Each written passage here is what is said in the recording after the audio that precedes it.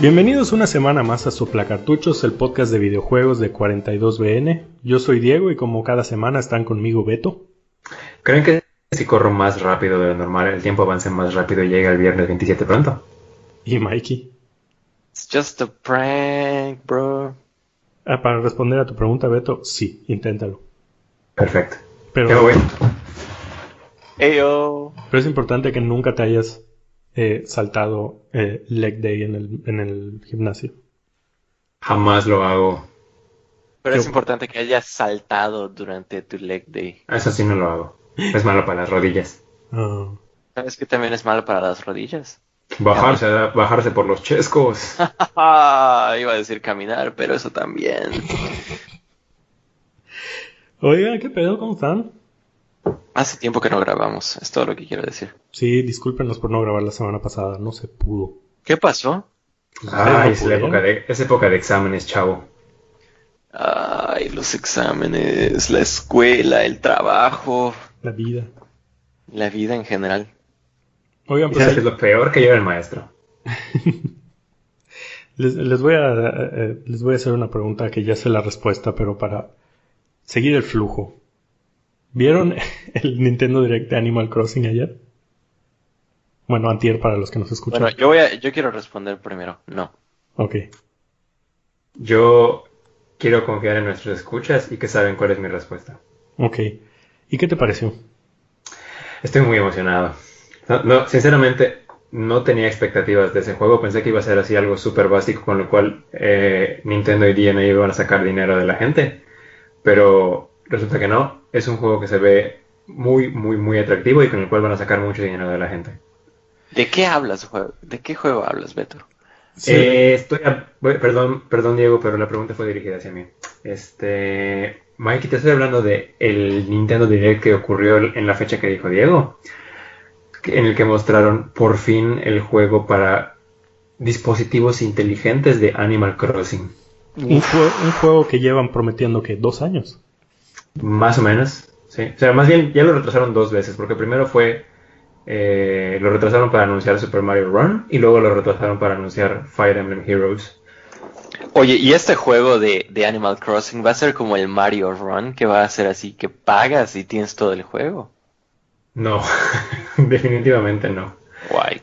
Hay microtransacciones de mil y un maneras. O sea, solo se utiliza para comprar una cosa, que son como tickets de hoja o lift tickets, pero lo utilizas para varias actividades. Entonces, vas a tener que andar así tirando tu dough como Leonardo DiCaprio en esa película de Wall Street. Entonces las actividades son principalmente llenarle los bolsillos a Nintendo. Como en todos los juegos de Nintendo. Sí. Básicamente, sí, como no quiero pasar mucho tiempo en eso, porque pues pueden ir y ver el video en YouTube, dura 15 minutos. Pues es como agarraron un clásico juego de esos que te hacen gastar dinero, tipo de hacer cosas y ganar cosas, pero las puedes hacer más rápido si pagas y puedes ser más eficiente si pagas, tipo todos esos de Farmville y todas esas cosas. Y le pusieron Hay Day. como un skin de Animal Crossing en el que haces todas las cosas que haces en un Animal Crossing. Vas a Qué pescar flojo. Qué y, flojo. y atrapas bichos y platicas con tus vecinos y haces muebles, pero todo es como que si estuvieras jugando Animal Crossing, pero todo el significado cambia porque es a través de... ¿Cómo se llama? De los ojos de un videojuego móvil. Ajá, y a través o sea, la economía basada en... Microtransacciones. Con microtransacciones. O sea, puedes juntar todo el dinero sin pagar, pero es mucho más eficiente pagando. Y ya, Ujú. usan esa... Habría que esperar a que salga a ver qué tan malo es. O sea, qué tan... No sé cuál es la palabra. Me voy ¿Qué a tan adelantar un abrasivas poquito. son las... Y Exacto. no tendríamos que esperar tanto porque al parecer, no sé si fue un error o fue a propósito, pero en Nueva Zelanda, en Australia, en Oceanía, si tienen cuenta de iTunes de ahí, ya lo pueden descargar y pueden jugar, está totalmente habilitado. están haciendo un ¿cómo le llaman? Un pre-lanzamiento. Ajá. Entonces ya mucha gente lo está jugando, ya hay streams de gente que lleva así 2, 3, 4 horas o más cuando escuchen este podcast jugando. Entonces, pues si se quiere, yo hoy, uno de mis compañeros en la escuela me mostró que lo descargó y le dije, maldito seas. Entonces, pues si no se quieren esperar hasta finales de noviembre, que es cuando empieza el lanzamiento oficial, pues ya creen su cuenta de iTunes de Australia. Y en general se ve bien. Sí, la cosa es con ese tipo de juegos, bueno, para mí, es como... Para mí es muy subjetivo.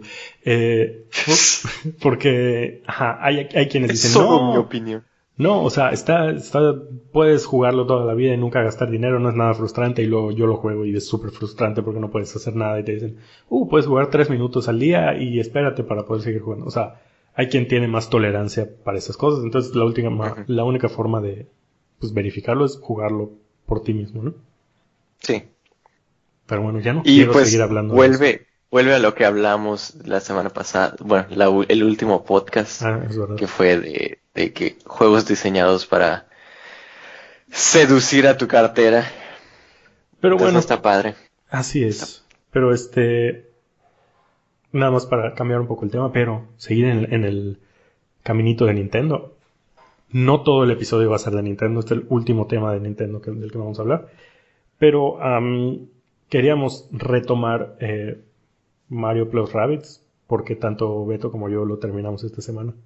En preparación para Super Mario Odyssey. Así es, queríamos no tener nada pendiente en el Switch para recibirlo con manos abiertas, así como en el pesebre recibes a Jesús. Así es. Recibir a Mario Odyssey. Entonces, limpiamos nuestro pesebre terminando Mario Rabbids y quería preguntarle a Beto cuál es su conclusión del juego. Pues fíjate que se fue para abajo. O sea, originalmente estaba muy emocionado por el concepto. O sea, como todos dije, ¿qué chingados es esto? No lo quiero jugar. Luego lo mostraron oficialmente y dije, lo necesito ahora. Lo empecé a jugar. Cuando llegué como al 50% de completar el juego, lo dejé por un buen rato. Un buen rato es que será 2, 3 semanas. Y ya cuando dije, pues ya lo empecé, lo quiero acabar. Y como el juego es corto, son únicamente 4 mundos con 9 capítulos cada mundo, dije, pues lo voy a acabar. Pero, o sea, sí, en general se me fue para abajo. O sea, se me empezó a hacer muy repetitivo todo. Los personajes nuevos que ibas obteniendo a lo largo de la historia, pues eran, o sea, como decimos en México, la misma gata revolcada, o como es el dicho. Sí. Bueno, el punto es que, o sea, ya todo lo empecé a hacer en automático. Contigo tuve una discusión respecto a la dificultad, porque el juego es muy difícil si no tienes la experiencia con ese género. Y yo dije, a partir del segundo nivel, ¿sabes qué? Lo voy a jugar también fácil, porque no me quiero estar partiendo el coco viendo cómo vencer este mapa o repitiéndolo una y otra vez. Y así fue como lo estuve jugando. No sé si lo volvería a jugar. A pesar de que tiene mucha rejugabilidad, no sé si lo volvería a hacer. Si llegasen a anunciar un Mario Plus Rabbids 2, a menos que vea algo extremadamente novedoso, no me sentiría atraído. Lo compraría porque así soy yo, pero no tendría la emoción que tengo como con otras franquicias. Sí, bueno, tengo una historia más o menos similar. En el sentido de que lo empecé a jugar muy emocionado, lo abandoné por algunas semanas y luego cuando sentí Mario Odyssey acercándose, como... Sentiste como te respiraba. It's a me, Mario. Pero por lo mismo de que es el único juego que tengo en el Switch, tampoco quería que pase muy rápido, entonces yo no quise meterme a ¿cómo se llama? Al modo fácil. Quería pasarlo todo en la dificultad normal, a pesar de que nunca he sido bueno con los juegos de estrategia. Y sí me pasó lo mismo de que primero está muy entretenido cuando estás aprendiendo las mecánicas, dices, wow, está muy pulido, está muy fácil de entender, pero va aumentando la dificultad sin que necesariamente se vuelva más divertido.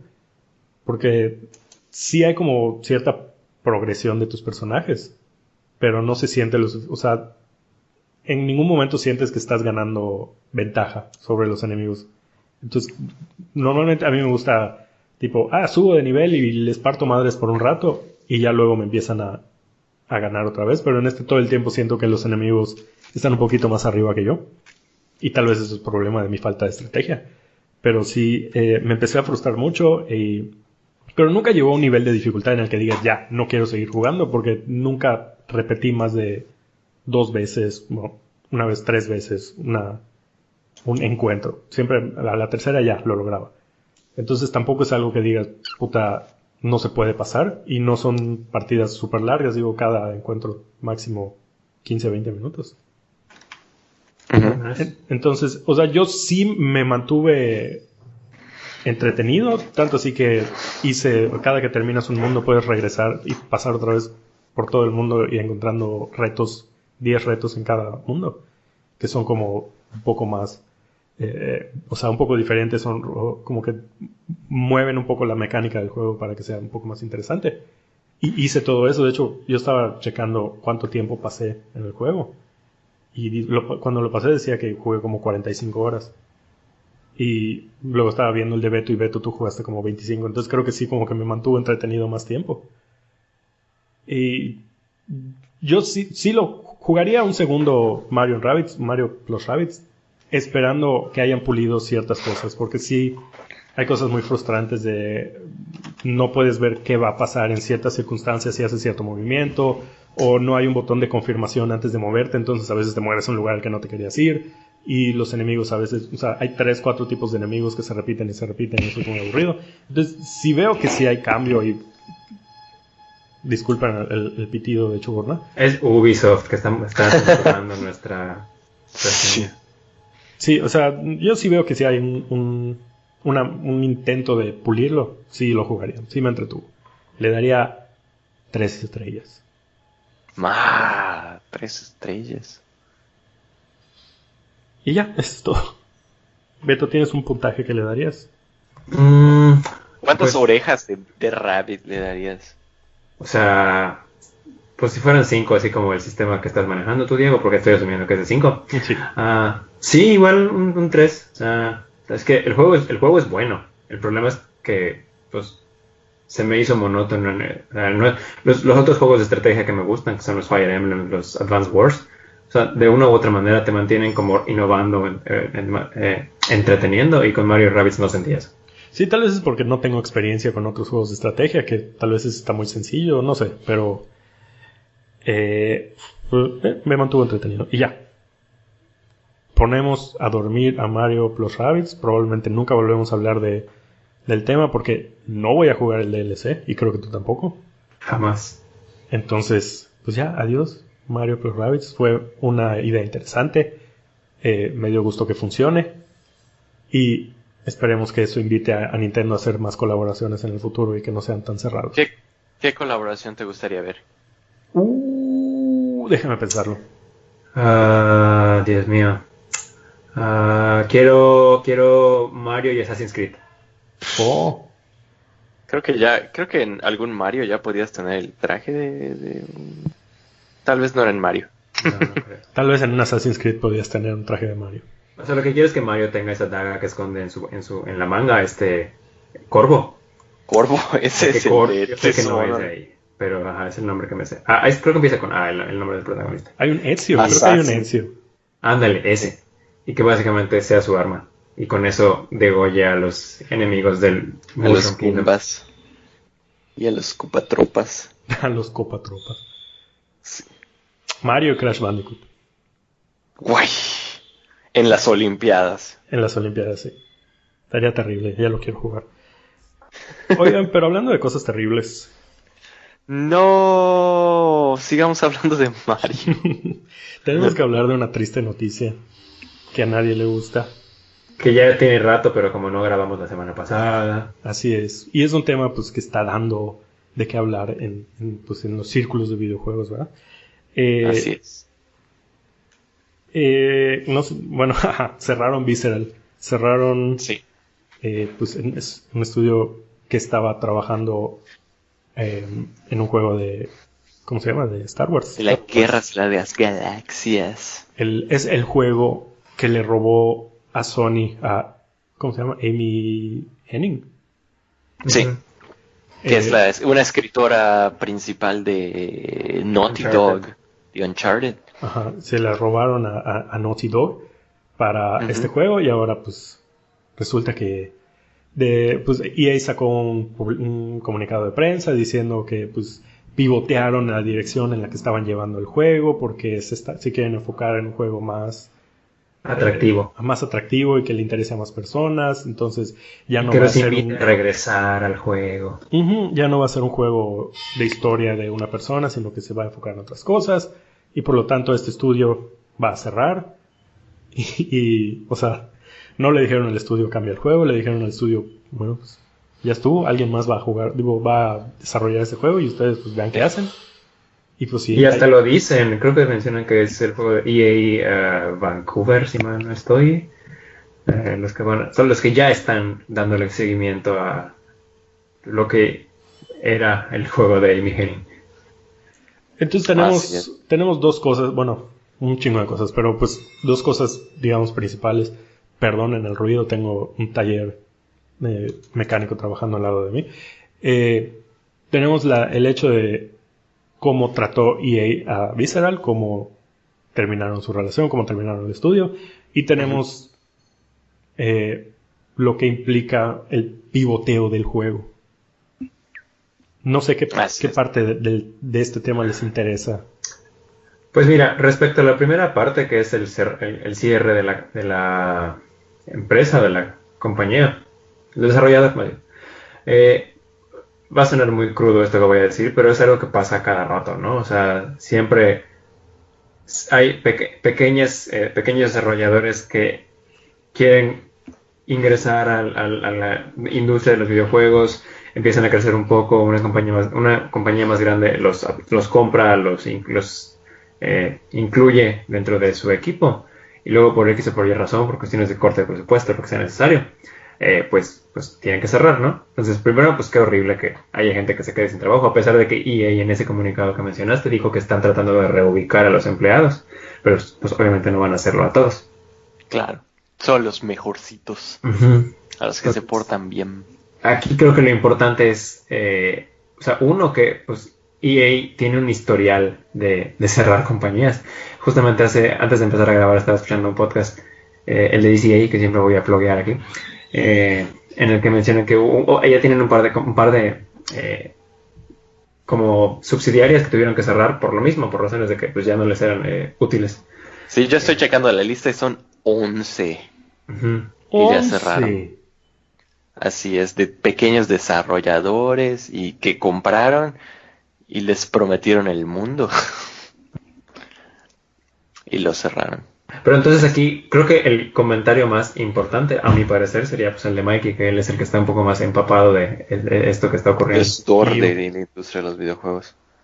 Pues realmente no sabría qué decirte. Sí siento que es, como bien dices, lo que ocurre con compañías del tamaño de EA, que expanden y luego dicen, guay, ya no nos está dejando un chingo de dinero, entonces es más fácil cerrar esas compañías. Y realmente, o sea, pasa mucho con EA, pero también siento que es más común que ocurra con EA por el tamaño de la compañía. Claro. Y por cómo maneja sus negocios. O sea, obviamente no vas a escuchar a Ubisoft cerrando compañías a diestra y siniestra, pues porque no es su negocio. Entonces, sí, tal vez por eso es fácil como decir que EA es una basura de publicador. Pero, y en parte tal vez haya algo de cierto que se vayan más por, digamos, cerrar compañías y decir, ¿sabes qué? Prefiero no lidiar con este asunto en vez de no solo pivotear el juego, sino pivotear la compañía. Y ahí tiene su reputación en muchos aspectos. Sí. Y es difícil pelearte con esa reputación porque pues se la han ganado un poquito. Pero igual es cierto que cualquier compañía grande va a tener que hacer ese tipo de movimientos porque el capitalismo es el diablo. Y exacto, y pues no llegaron a donde están dándole cheques a todo el mundo. Entonces, aunque esté muy triste, sí siento que esa sea la realidad en la que vivimos. Es que creo que una de las cosas más relevantes al respecto es que cuando cierra una compañía así es pues porque no les es no han sido redituables y no han logrado recuperar pues la inversión que hicieron para desarrollar la cantidad de juegos que tengan. Es que tampoco es eso, o sea, tampoco es que... No, nada más lo que quería decir es que aquí la cuestión es que EA dijo ya no van a trabajar. O sea, una cosa, por ejemplo, con THQ, que THQ dijo, ¿sabes qué? Ya no logramos tener la cantidad de dinero necesaria para mantener la empresa, pues cerramos. Y llega una compañía más grande y los compra, ¿no? Que creo que fue lo que pasó con... No sé quién compró THQ, pero ahorita, en este caso, no es que que Visceral haya dicho, no, pues tenemos que cerrar, sino EA llegó y les dijo, ¿sabes qué, chavos? Hasta aquí llegan. Sí. Entonces, o sea, creo que eso es lo que hace un poco diferente a cuando escuchamos que una compañía tiene que cerrar porque ellos deciden cerrar, a cuando lo cierran. Y luego las razones creo que nos llevan un poco al otro tema. Las razones que dieron para cerrarlos, o sea, para terminar ese pues, quitarles ese juego y cerrarlos como estudio, fue que querían llevar una dirección diferente del juego. Y sí, porque van a seguir reutilizando los assets creados en esa compañía para ese juego, pero con otra motivación. Entonces la motivación fue, o sea, claramente queremos un juego que nos deje más dinero. Sí. Y lo hicieron con un juego que, pues, la verdad, mucha gente lleva mucho tiempo esperando. EA ha manejado muy mal en general la franquicia de Star Wars. Y ha cancelado varios juegos pues, que la gente está esperando. Que, o sea, prometen mucho. La gente quiere jugar en el universo de Star Wars, de la Guerra de las Galaxias. Sí. Y nada más EA no sabe cómo manejar eso. Sí, la verdad. Y lo hemos visto inclusive a pesar de lo más o menos, de lo bien que le ha ido a Battlefront. Sí siento que el primero fue como una decepción en cuanto a la cantidad de contenido que la gente esperaba. Y ya en el segundo aparentemente le están metiendo todo lo que le negaron al primero. Entonces sí se me hace una estrategia medio... Como que no sabes si no le metieron todo eso al primero porque estaban apurados o porque querían venderte el segundo como mejor, o no sé. Pero además está el hecho de que pues Battlefront sí visualmente se apega mucho a las películas, pero sí. Es un shooter. Es un shooter, o sea, es como que es un tipo de juego, una experiencia de juego que puedes tener en un universo que podría tener tantas experiencias diferentes, porque pues, es una galaxia entera, pues, en la que puede pasar cualquier tipo de cosas, cualquier estilo de juego, y pues la verdad no podrían salir tantos juegos tan chingones del universo de Star Wars, y nada más no sale ninguno, y uno se pregunta por qué. Sí, y eso ha llevado a la prensa a tal vez sensacionalizar un poco la historia y decir que los juegos de un solo jugador con el objetivo principal de desarrollar una historia ya no tienen lugar en la industria de los videojuegos. Que eso es lo que a mí me gustaría saber qué ustedes piensan respecto de porque no fueron varios outlets de noticias que dijeron, no, sabes que este es la realidad en la que vivimos ahora, que los juegos de historia ya no tienen lugar en la industria de los videojuegos. Ok, perdón, voy a comenzar. Tal vez ya no tienen lugar, o sea, tal vez sí concuerdo un poco en que ya no tienen lugar, pero con las compañías grandes que invierten miles de millones de dólares en desarrollar un juego, pues ¿qué es lo que esperan? Una remuneración de miles de billones de dólares para poder seguir desarrollando. Entonces, EA, Activision, todos los que hacen esos juegos que vemos una vez al año, Ubisoft, ya se enfocan más en ver cómo ordeñar a sus compradores para poder tener más dinero, y eso pues lo estamos viendo de manera de microtransacciones, loot boxes, DLCs, inclusive cuestiones estéticas con Overwatch. Bueno, es una loot boxes. Entonces, personalmente yo, Beto, sí considero que compañías de ese calibre, sí cada vez más se van a ver, más bien cada vez va a ser menos la dirección que van a tener hacia juegos de historia en primera persona, y se van a ir más hacia multijugadores, MMOs o como quieran denominar a Destiny. O sea, juegos que te inviten a estarlos jugando constantemente y que no una vez pasadas las 5, 10, 20, 50 horas que te tome para jugarlo, ya no regresas a él. Mientras que compañías más pequeñas, como los desarrolladores indies, pues son los que van a tratar de mantener a pie ese género. Sí, es que yo creo que es una queja que he tenido muchas veces, y no sé si estoy mal, porque tampoco sé tanto del proceso de producción de un videojuego, ¿no? Pero las compañías grandes, AAA, se enfocan en... Cuando hacen juegos de una persona, los hacen así como que sea lo último en realismo y que visualmente esté impactante y que sea como una película o sea, se enfocan en cosas muy caras, ¿no? Uh-huh. Cuando un juego, pues, como que una campaña de una persona podría ser algo mucho más sencillo visualmente y que destaque por su historia, que destaque por la forma en la que está escrito, por la mecánica del juego, y podría ser algo mucho más redituable, porque el problema es que le meten muchísimo dinero a la producción, a la publicidad, y esos juegos pues es difícil que vendan lo mismo que un multijugador, lo que sea, o sea, es difícil que recuperen su dinero cuando el presupuesto está tan explotado y tan hinchado. Y creo que pues en vez de a ver cómo gastan menos dinero en hacerlo, pues dicen, pues mejor no lo hacemos y hacemos un multijugador con loot boxes que nos deja todo el dinero.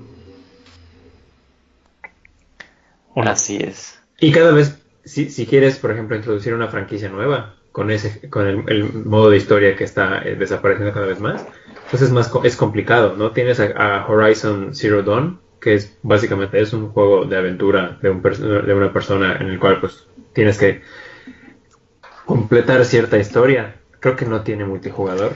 Y entonces la manera en que están tratando de pues obtener más dinero con la franquicia pues es con el DLC. Pero bueno, o sea, ahí es un juego exclusivo de consola, lo cual lo hace un poco más atractivo. Mientras que cuando tienes un multiconsola, a pesar de que el, digamos, mercado se hace más grande, pues no te enfocas tanto en la promoción, porque dices, yo tengo consolas y PC, por ejemplo, ¿no? Entonces ahí se vuelve un poco más diferente. Perdí un poco el hilo del asunto. Bueno, respecto a lo que decías de que se enfocan en los gráficos y el modo de juego. O sea, regreso a los desarrolladores independientes o más pequeños. O sea, ahorita acaba de salir un juego que pues ya tiene un rato de que lo conocemos porque es un juego que salió de Kickstarter que se llama A Hat in Time, que es básicamente un colectatón al estilo de Banjo-Kazooie, el Donkey Kong de 64 o los juegos de Super Mario. Que le dije a Diego, no mames, ya salió este juego y lo quiero jugar. Y lo primero que me dijo es, se ve horrible.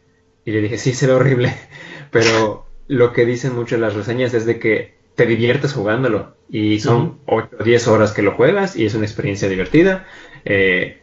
No sé si te invite a regresar, porque pues usualmente en los colectatones una vez que colectas todo, pues ya no hay caso de regresar. Oye, pero perdón que te interrumpa, pero lo que yo estaba diciendo no es que les dé permiso de que se vean feos. O sea, una cosa es tener un estilo sencillo que, o sea, puedes seguir ser estético sin necesariamente tener las mejores texturas y como que hiperrealista. No, o sea, cuando dije A Hat in Time se ve feo es porque estéticamente está espantoso. Ahí es un estilo que a mí no me gusta para nada, pero pues, eso no tiene nada que ver con... Sí.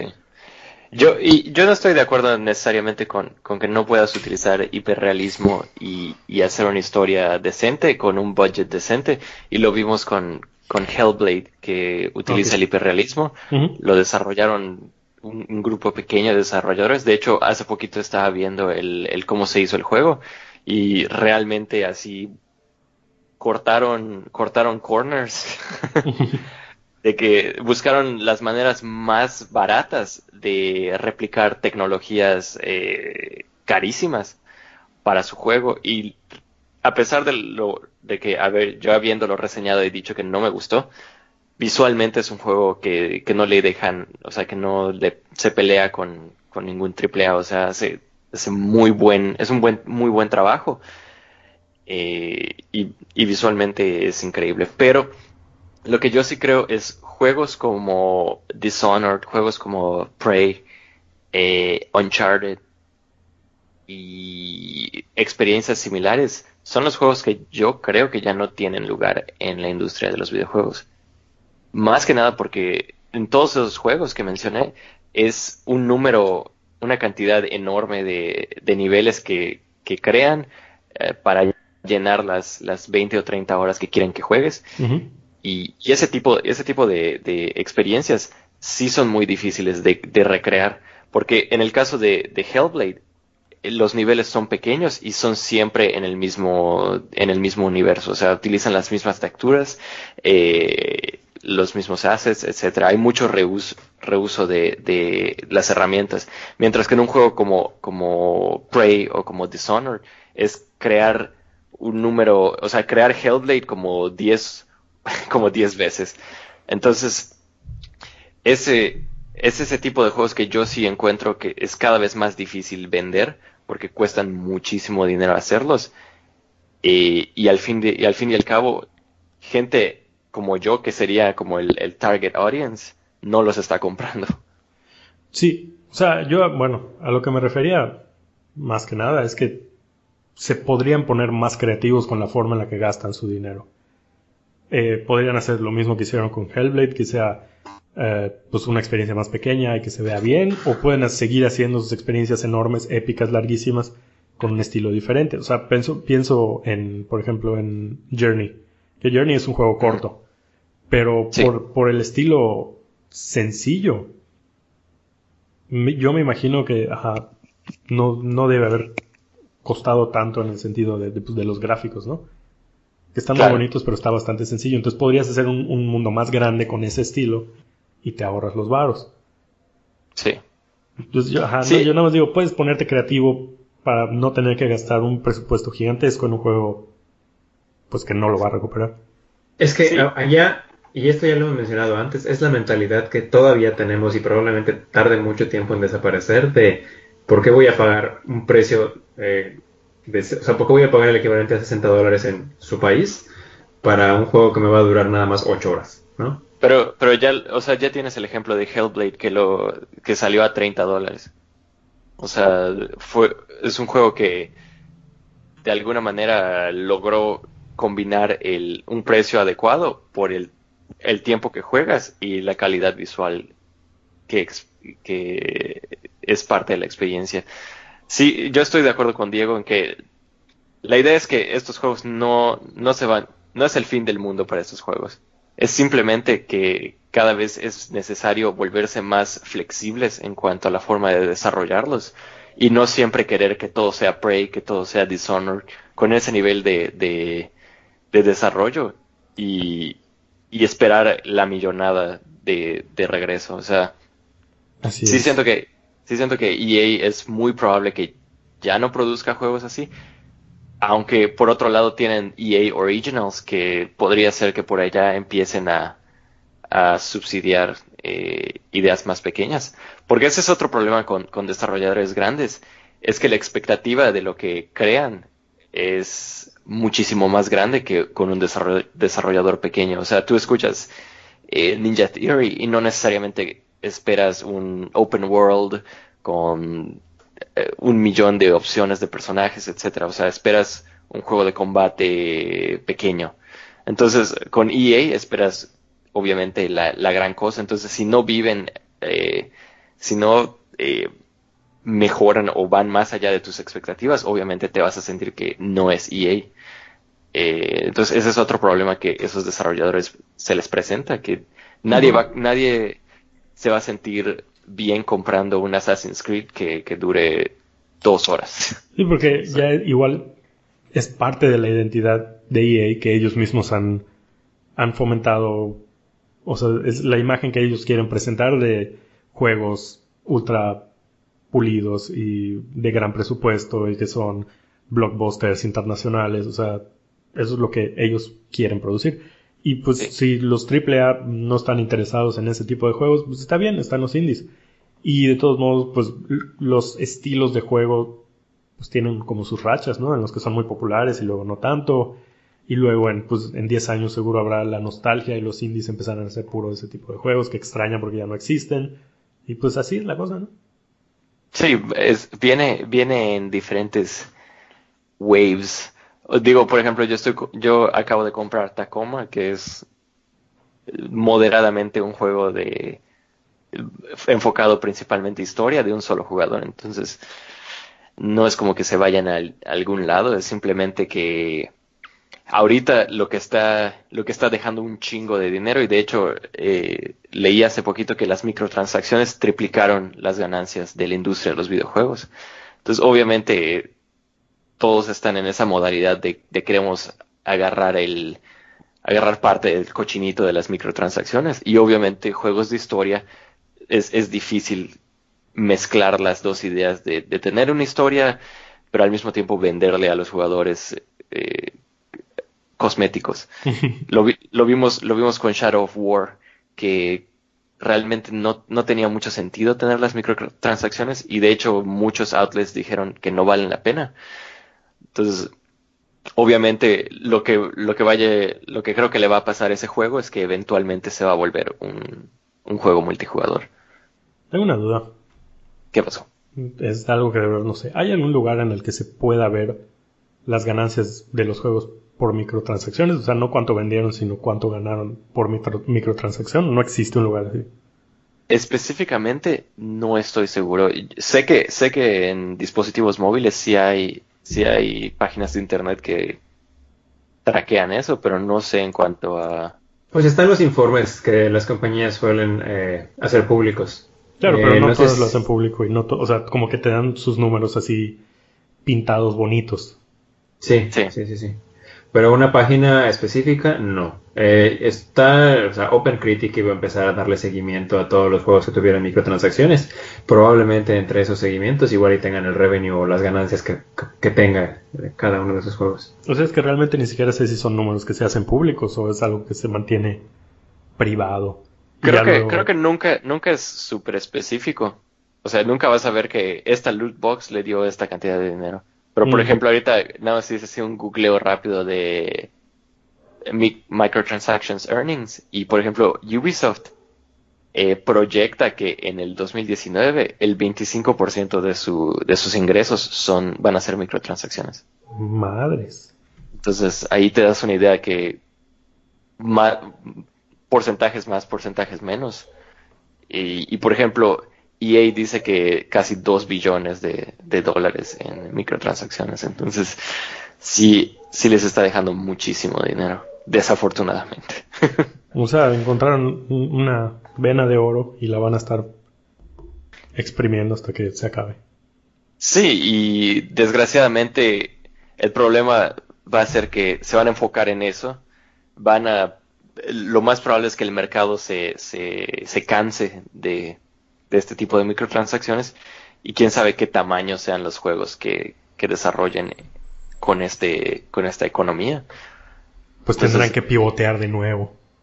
Pivotearán de nuevo, compañías cerrarán, pero la industria de los videojuegos seguirá su curso. Lo que pueden hacer es jugar juegos de Nintendo y ya. Pero Nintendo, estábamos hablando hace rato, ni Nintendo está libre de las microtransacciones. Sí. Todos estamos ahí, todo va a llegar a eso eventualmente si sigue en ese rumbo. Que no los culpo, o sea, están viendo que es una mina de oro y pues cualquier persona que esté desarrollando videojuegos ahorita se está preguntando cómo le puedo meter microtransacciones y hacerme millonario. Claro, o sea, realmente en el momento en que me daría miedo es cuando viéramos juegos como Tacoma, juegos como Cuphead, todos esos juegos pequeños que empiecen a invertir en microtransacciones. En ese momento sí siento que ya podríamos hablar del fin de algo en la industria de los videojuegos. Pues nos retiramos y hacemos soplacarretes.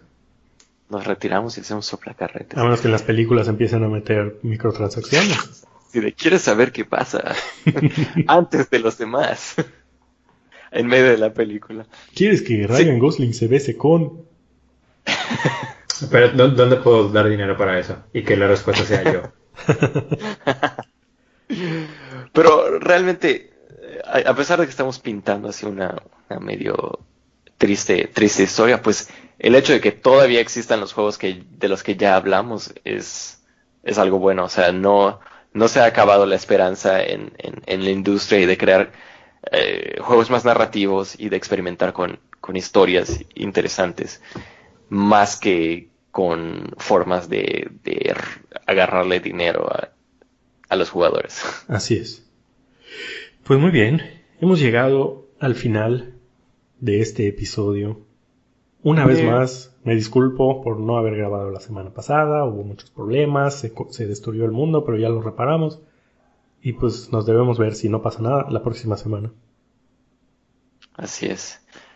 Y si quieren vernos antes, pues compren nuestra soplacartuchos Lootbox. Si compran la Lootbox, tienen un chance de escucharnos 3 horas antes.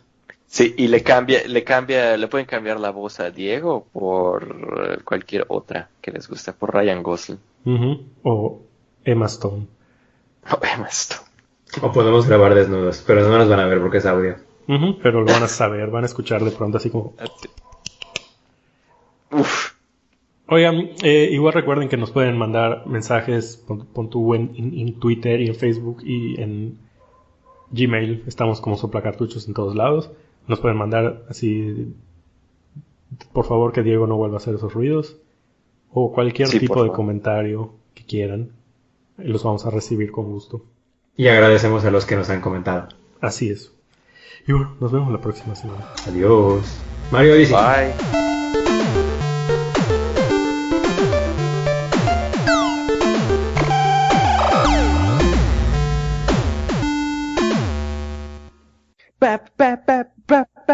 Soplacartuchos. Este fue un podcast de 42 Broadcast Network, producido por Diego Escalante y Ricardo Ancona. Más información en 42bn.com.